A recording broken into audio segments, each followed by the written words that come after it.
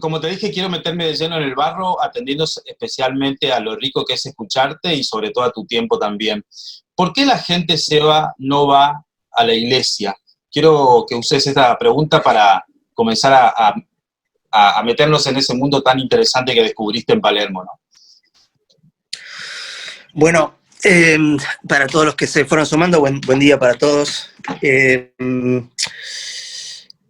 realmente interesante porque lo que nosotros descubrimos, y probablemente ustedes vayan dándose cuenta que también es cierto en su propia comunidad, es que muchas veces la gente no es que no va a la iglesia porque no considere que sea importante tener una relación con Dios o alimentar o darle un lugar en su agenda a su vida espiritual. Hay una respuesta que nos hizo mucho ruido con mi esposa, justo fue una persona con la que los dos charlamos en la calle mientras hacíamos encuestas antes de fundar la iglesia para conocer un poco el terreno, y nosotros le decíamos cómo iba a ser la iglesia, un chico, un joven, y le decíamos, bueno, iba a ser una iglesia cerca de la comunidad, que iba a tratar de servir no solamente hablar de las cosas espirituales, sino también de servir emocionalmente a la gente y en su vocación y tratar de ser una ayuda a toda la comunidad en todas las áreas posibles. Y esa persona nos dijo, está buenísimo lo que están proponiendo, me gusta mucho, pero no lo llamen iglesia, ¿no? Y bueno, por supuesto era una sugerencia que no podíamos atender, porque bueno, uno no puede negar lo que es, pero es una muy buena definición de cómo se siente muchas veces la gente, porque cuando hablan de iglesia es una palabra que para muchos tiene una connotación emocional negativa, ¿sí? Y obviamente cuando decimos iglesia, la gente en su cabeza piensa todo tipo de iglesia, o si habla de las iglesias cristianas, habla de todas las iglesias que se llaman cristianas o que hacen algún tipo de referencia a Jesús o a la Biblia, no importa cuál sea su denominación o su religión. Entonces, ahí va un poco de la respuesta. Nosotros descubrimos que a veces la gente, voy a hacer una frase para anotar, y para tuitear los que tengan Twitter. Anotamos. Pero es la siguiente, y esta me vino hace poco a la cabeza, la semana pasada estaba, miren, les voy a decir cómo, a veces Dios habla a través de personas que no son cristianas, no sé si les pasó alguna vez. Claro. Claro que sí, ¿no? Dios usa cualquier cosa para hablarnos. Y yo estoy leyendo un libro de Jorge Fernández Díaz, que es un autor que me gusta mucho, que salió ahora la semana pasada, La traición. que se llama La traición. Es una saga, bueno, a mí me divierte. Y yo tuve una semana de vacaciones, la semana pasada estuve en el campo, ahí acá por la provincia de Buenos Aires. Y leyendo el libro, en un momento está esta frase, dice, alguna gente no cree en Dios, pero cree en la iglesia. Sí. Y yo dije, qué buena frase, ¿cómo la voy a usar apenas pueda? Y creo que esta es la primera oportunidad que tengo de usarla así en público. Porque sin saberlo, Fernández Díaz tiene mucha razón a un nivel misional, Yo creo que nosotros tenemos que esforzarnos como líderes para que la gente crea primero en la iglesia antes que en Dios. Aquellos que no creen en Dios, ¿no? O aquellos que creyeron alguna vez y están caminando por la vereda de enfrente, o niegan de alguna manera su fe, o están resentidos. La gente tiene que volver a creer en la iglesia antes que empezar a orar, antes que empezar a leer la Biblia, o tener disciplinas espirituales personales. ¿Y cómo logramos eso?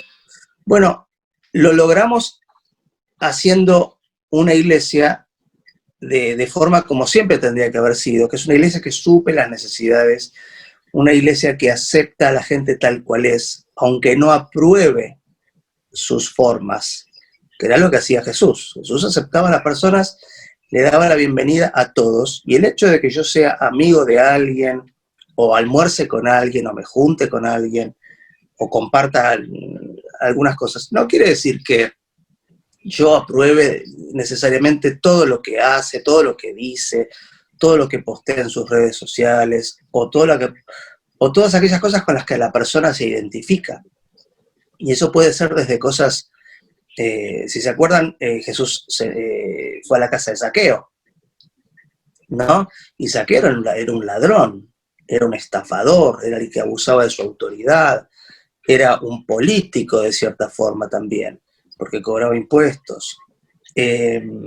Y seguramente fue muy criticado, pero Jesús en ningún momento dijo, bueno, yo creo que lo que hizo Zaqueo está bien, yo estoy de acuerdo con todas sus visiones políticas, yo estoy de acuerdo con lo que... Y el mismo ejemplo pueden usar para cualquier persona con la que Jesús se juntó, ¿no?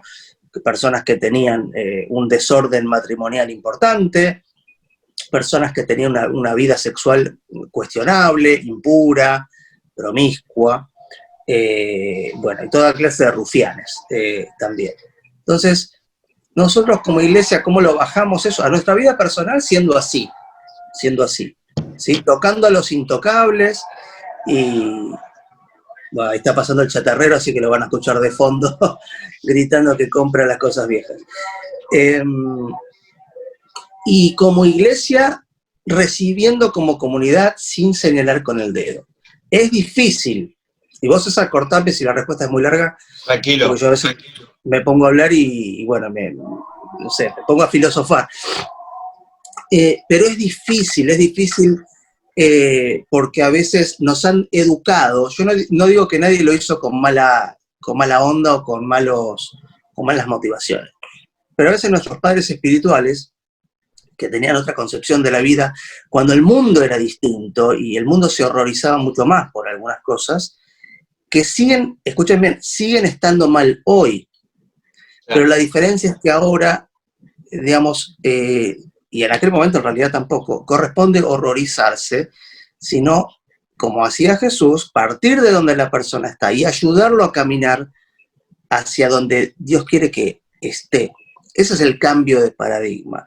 Aquella es la razón por la que mucha gente no le gusta la iglesia, odia la iglesia o le incomoda la iglesia, porque si era divorciada, mira, voy a un caso, no estoy hablando de un travesti, estoy hablando de alguien que divorciado, que fracasó en su matrimonio, por las 1000 razones que uno puede fracasar en su matrimonio, ¿no? Y capaz iba a la iglesia y le decían, no, nosotros personas divorciadas no bautizamos, ¿no? Yo escuché eso, no sé si ustedes escucharon, yo escuché muchas veces algo así. Entonces, es una sentencia de muerte, eso, listo, cometiste un error en tu vida, o pasó algo en tu vida que te califica para siempre como un cristiano de segunda categoría. Nunca serás bautizado, nunca podrás disfrutar, ni hablar las iglesias donde el que no está bautizado no le sirven la Santa Cena. ¿Se acuerdan de eso? Entonces, venía el de la bandejita y ya le habían dicho al que está ahí lo salteás, ¿viste? Entonces, sería un milagro que una persona así siga yendo a la iglesia y siga creyendo. ¿Quién quiere ir a un lugar donde lo maltratan de esa manera y donde lo ponen de esa forma? Solamente estoy poniendo un ejemplo, ¿sí?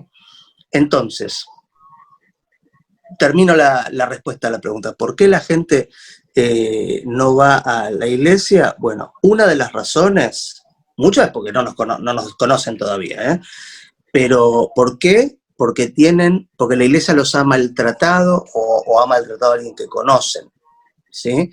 Ni hablar de los abusos, todas las cosas que, sobre todo, que se conocen de las iglesias católicas, que le forman a la gente un concepto de que la iglesia directamente, no que hace el mal sin quererlo, sino que está para hacer el mal o para sacarle el dinero a la gente y todas esas cosas. Esos son muchos preconceptos contra los que también tenemos que luchar. ¿Cómo lo hacemos? Adoptando las formas contrarias. Entonces, si yo sé que la gente piensa que los pastores son todos chorros, ladrones, que eligieron la vida fácil y que son que se aprovechan de la gente para sacarle su dinero, entonces mi lengua, me tengo que cuidar mucho de eso, mi lengua, sin dejar de enseñar la verdad, que es que las iglesias viven y se sostienen con los diezmos y las ofrendas de sus miembros, así lo diseñó el Señor, pero puedo elegir no hacer un énfasis en eso, puedo elegir en una reunión evangelística no hablar de ese tema, ser inteligente, ¿no? si las iglesias, si la gente tiene miedo que las iglesias toquen a sus hijos, los abusen o algo así, porque ha pasado, porque conocen alguna historia y porque lamentablemente esas historias existen, entonces en la iglesia yo puedo generar un círculo de confianza. Nosotros, por ejemplo, en Salva Kids, que es el ministerio de niños de nuestra iglesia, tenemos toda clase de medidas de seguridad para caminar lo más lejos posible del precipicio, lo más lejos posible. ¿Uno puede garantizar que nunca le va a pasar? No, la verdad no lo puede garantizar. Pero uno puede caminar lo más lejos. Entonces, ¿qué haces vos? Cerrás con llave tu casa, cerrás con llave el auto. ¿Te pueden robar igual el auto? Sí, pero bueno, uno toma todas las medidas de precaución.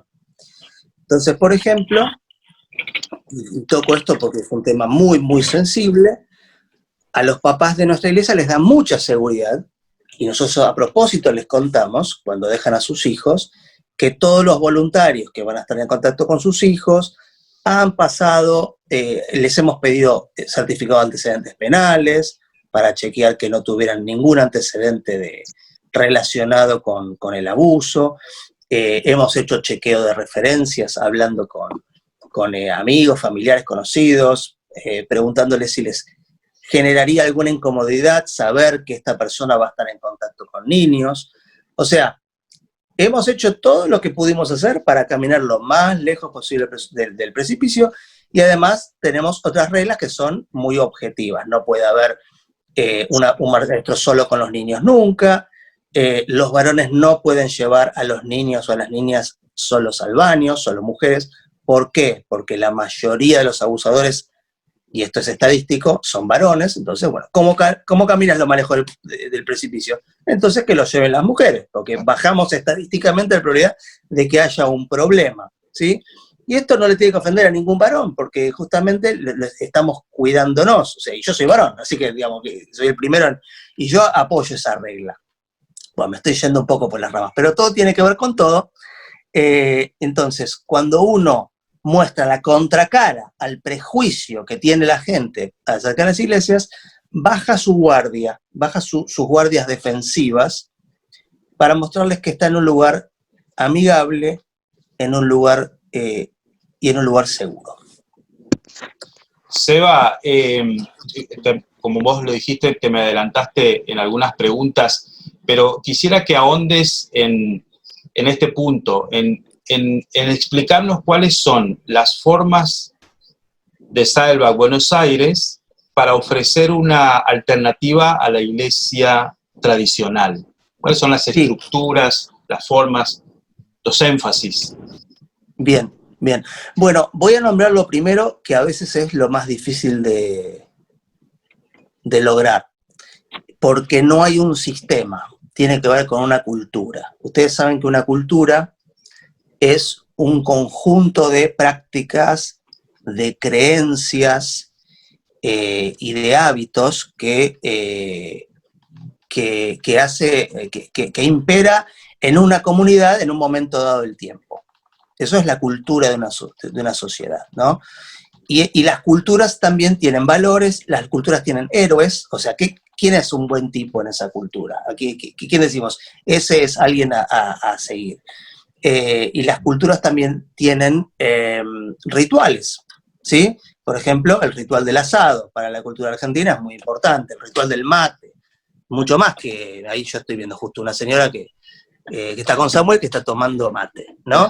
Entonces, ¿qué es la cultura del mate? Bueno, es un objeto, es un ritual que hace a nuestra cultura, porque tiene que ver con lo que pasa alrededor del mate, con la charla, con el compartir, y cada vez que uno va a la casa de alguien, le ofrecen mate. Entonces, lo que le están ofreciendo es mucho más que un té hecho en un mate, bueno, me repito la palabra, y que se toma con una bombilla. Le están ofreciendo recibirlo en su casa, le están ofreciendo hospitalidad. Bueno, se entiende lo que estoy más o menos tratando de explicar. Entonces, uno tiene que decir cómo va a ser la cultura de mi iglesia. Y esto es lo que he descubierto, lo que hemos descubierto nosotros, y no estoy diciendo que por eso sea una verdad en todas las culturas de iglesia, pero yo sospecho que es algo que funcionaría en muchos, muchos lugares. Y es generar una cultura de familia. Una cultura de familia. De todas las comparaciones, ¿vieron? La Biblia menciona y compara a la iglesia de Dios con muchos objetos y con muchas cosas, ¿no? Dice que la iglesia es un ejército, que la iglesia es un pueblo santo, la iglesia es el cuerpo de Cristo, la iglesia es un edificio, la iglesia es una novia, la iglesia es un rebaño, y bueno, y hay muchas más. Pero la que más nos gusta a nosotros enfatizar es que la iglesia es una familia. La Biblia habla mucho de la familia de la fe, y no en vano, por eso nos llamamos hermanos. Fíjese qué interesante. ¿Por qué Dios dice que es nuestro Padre? Imagen familiar. ¿Por qué Jesús, que dijo 7 cosas en la cruz, una de las que dijo fue, he aquí tu madre, le dijo a sus amigos, y he aquí tus hijos, le dijo a su mamá?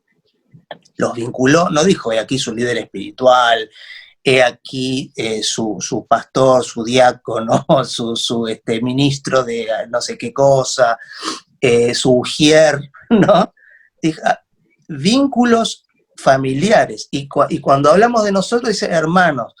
Libros como a Santiago, libros como Pedro, Primera de Pedro, que dicen que los más jóvenes tienen o tenemos, yo ya no sé qué categoría ubicar, yo me siento joven todavía, tenemos que tratar a los más grandes como si fueran nuestro padre, ¿sí? Y donde dice que los hombres tienen que tratar a las mujeres con toda pureza como si fueran sus hermanas, ¿no? Entonces, ¿por qué el 1 Timoteo capítulo 3, uno de los requisitos para los pastores es que gobiernen bien su familia? Porque si no se manejan bien su familia, ¿cómo entonces se van a manejar bien en la casa de Dios o en la familia de Dios? O sea, las apelaciones a la familia y a los vínculos familiares abundan en el Nuevo Testamento, abundan. Yo dije algunas, si se ponen a estudiar el tema o leerlo, van a encontrar muchas más, ¿sí? ¿Por qué? Bueno, porque la familia es algo que toda comunidad puede entender, ¿no? Puede pasar que seamos muy distintos de otras comunidades. Por ejemplo, qué sé yo, hay países donde se comen bichos que uno acá dice, yo jamás comería eso, y a ellos les encanta.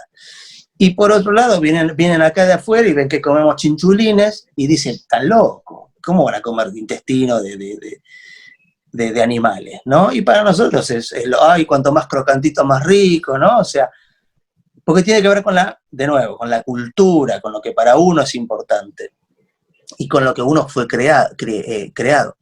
Pero el concepto de familia, nadie lo discute. ¿Quién en el mundo no entiende lo que es una familia, la importancia de crecer en familia, que la familia es un refugio, todo lo que la familia normalmente significa? Hay familias que mejor perderlas que encontrarlas, ¿no? Eso lo sabemos, pero son excepciones.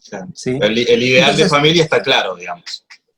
Está clarísimo, está clarísimo. Y ni siquiera es papá, mamá, el nene y la nena, eso ya no existe. Hoy hay todo tipo de familias, aún una familia de 2, donde sea, no sé, la madre con el hijo, pero es la familia, es su lugar de refugio, es un lugar que es inalterable. Ustedes piensan, ¿cuántas veces han discutido los que tienen familia? Bueno, todos tenemos familia, quizás ahora estás solo, pero tuviste, pero tenés hijos, o no, aunque no los tengas en la casa, o tenés padres.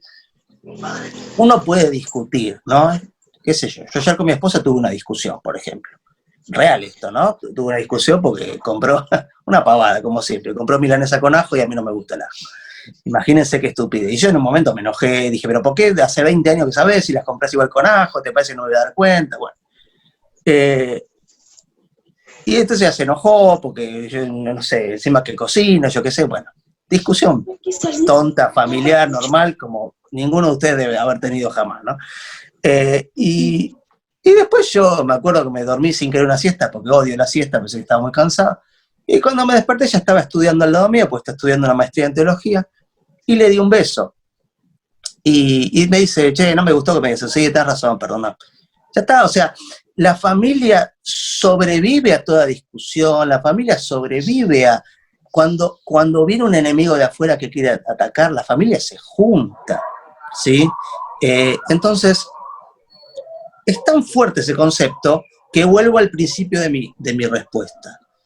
Crear una cultura de familia en la iglesia es una cosa que uno no puede decir, bueno, a ver, ¿qué botón aprieto? ¿Qué software instalo? ¿Qué aplicación uso? Tiene que ver con algo de todos los días, de cómo nos tratamos, de cómo los líderes, ustedes son líderes de la iglesia, o sea, yo les acabo de contar y lo conozco a Cristian nada más, y creo, quizás conozco a algún otro, discúlpeme si no lo recuerdo, y yo les acabo de contar que ayer discutí con mi mujer, o sea, cuando hay pastores que eso no se lo contarían ni sus mejores amigos. Estamos claros con eso. Entonces, ¿cómo se sienten después de que yo les conté eso? Ustedes con respecto a mí. Probablemente me sientan alguien cercano, probablemente digan, bueno, este tipo es normal. Y si yo fuera su pastor, o si algún día se mudasen a Buenos Aires, y quizás considerarían decir, bueno, me parece que esta iglesia me puede gustar porque bueno, me parece que el pastor es un tipo normal, alcanzable. Bueno, eso logra simplemente mostrándose normal, no requiere una gran proeza. Abriéndose, contando tus cosas normales y mostrándole a la gente que sos uno más, ¿sí? Entonces, bueno, cultura de familia. ¿Sigo, César? Metele para adelante, estamos todos escuchando. Ok. Le dediqué tiempo porque realmente es muy importante. Ustedes pregunten a gente de Saddleback. Ayer tuvimos nuestro primer evento, empezamos una comunidad de matrimonios en la iglesia. Es más, de parejas decimos, porque los que no están casados para que no se sientan excluidos, ¿no? Y fue un éxito, estuvo buenísimo. Y yo arranqué el evento, yo no tengo otros líderes y demás, yo fui un participante, pero arranqué como pastor para darle fuerza y para presentar al equipo. Y conté un chiste, esa fue mi participación principal, conté un chiste sobre matrimonios. Y hasta un chiste medio border, ¿no? Apto para mayores de 18. No, ninguna guarangada, pero bueno, algo así para matrimonio. Ya la iglesia está acostumbrada, yo no me esfuerzo por ser así, yo soy así, o sea, soy natural y me gusta hacerme el payaso, por eso los chicos me ven. Bueno, si me permitís me echar, Seba, yo justo quería hacerte esa pregunta, porque si hubiéramos hablado de una estructura, digo, sería más fácil comprender cómo lo hace este hombre. Pero es como que me complicaste la respuesta, porque me hablaste en vez de una estructura, de una cultura. ¿Cómo hiciste, Seba, para transmitir esa cultura al liderazgo y a la iglesia? ¿Cómo lo lograste? Pues la transmisión de si se quiere, la tradicional palabra visión, la transmisión de la visión es todo un tema, ¿no? Sí. Es algo, como te dije, César, que se hace un día a la vez y es parte de la vida. No es algo que se arregle en una reunión por mes ni en una reunión por semana. Uno tiene que decidir, primero, que va a ser un líder transparente y que va a hacer todo lo posible. No, tampoco se trata de andar contando los pecados personales a todo el mundo. Se trata de no vivir en pose, modelando, como un modelo de algo que uno no es. La gente absorbe eso. Y entonces la gente, en definitiva, no le cuesta imitar eso, porque es lo que somos naturalmente. Lo que es difícil de imitar es construir una imagen que no es, que es lo que muchas veces nos ha pasado. Es muy fácil, no hay que imitar ser quien uno es. El único peligro con esto, no un peligro, pero lo único que está ahí es entonces que mucha gente va a pretender, bajo el pretexto de ser auténticos y tal como somos, vivir haciendo cosas que no agradan a Dios perpetuamente, ¿no?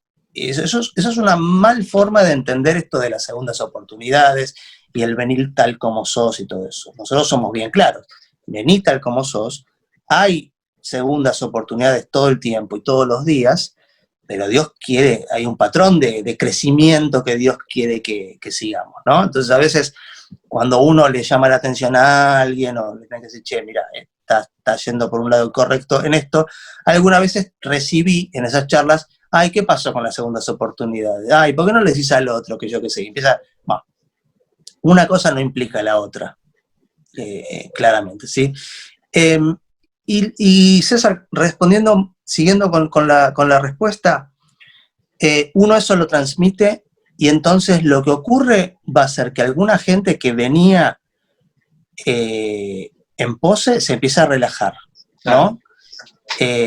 Vos te das cuenta cuando, yo recuerdo gente que llega a la iglesia y llega con un vocabulario, hermano, bendición, yo qué sé, el siervo de no sé dónde, y hasta con una vestimenta, una postura, pero que no es así, es así en los domingos, ¿no? Claro.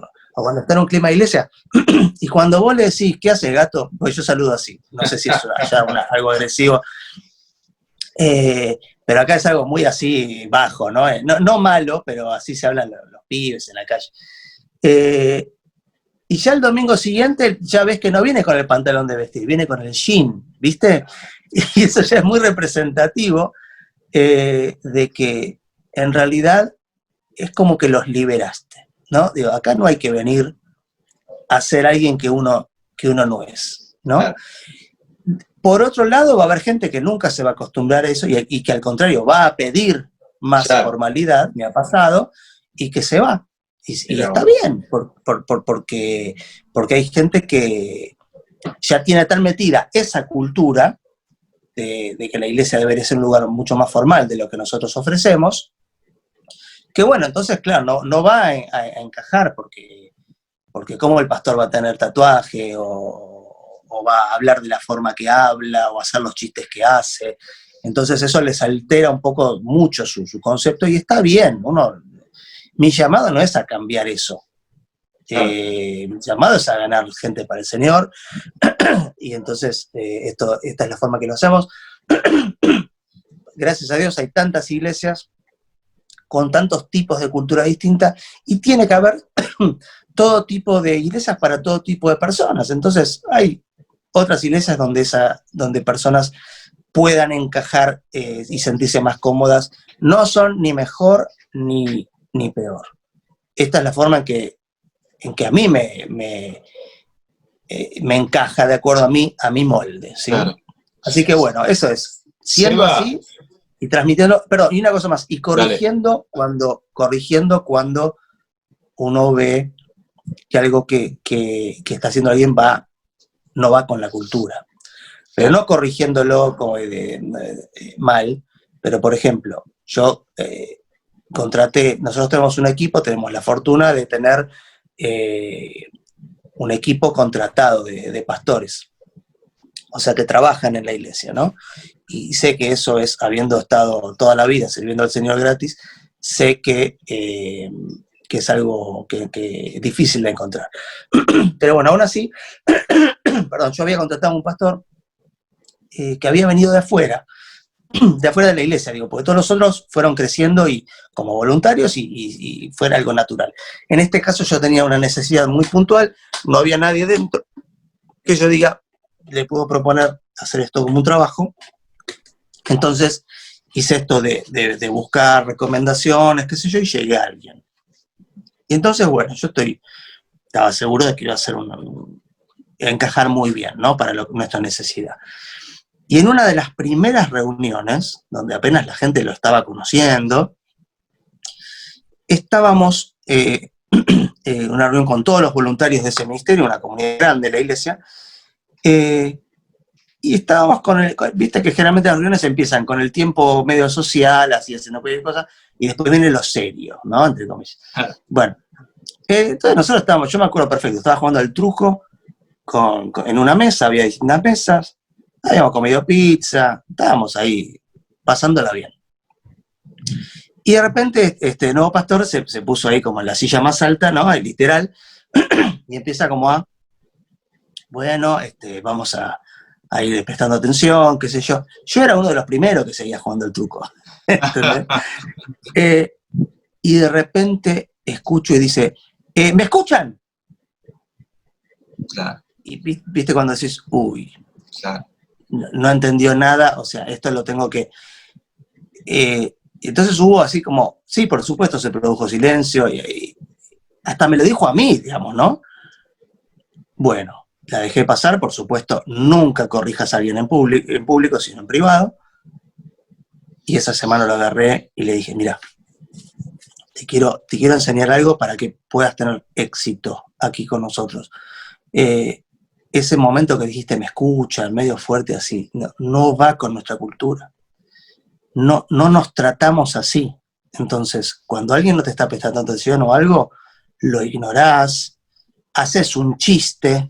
Che, cuando me avisan que terminaron de jugar, mándame un correo electrónico, así arrancó la reunión, no sé, usen la ironía, pero no grites, porque yo no grito y nadie grita, y no des órdenes de esa manera, se puede guiar, y para su crédito digo que me escuchó y lo cambió, y hoy sigue estando y con mucho éxito. Ahora, yo sé que si yo no, alguno capaz dirá, pero qué pavada, si yo no atendía eso y no le marcaba el paso, esa pequeña desviación, si se consolidaba, iba a terminar en voluntarios diciendo, no, yo con este que trata mal no quiero.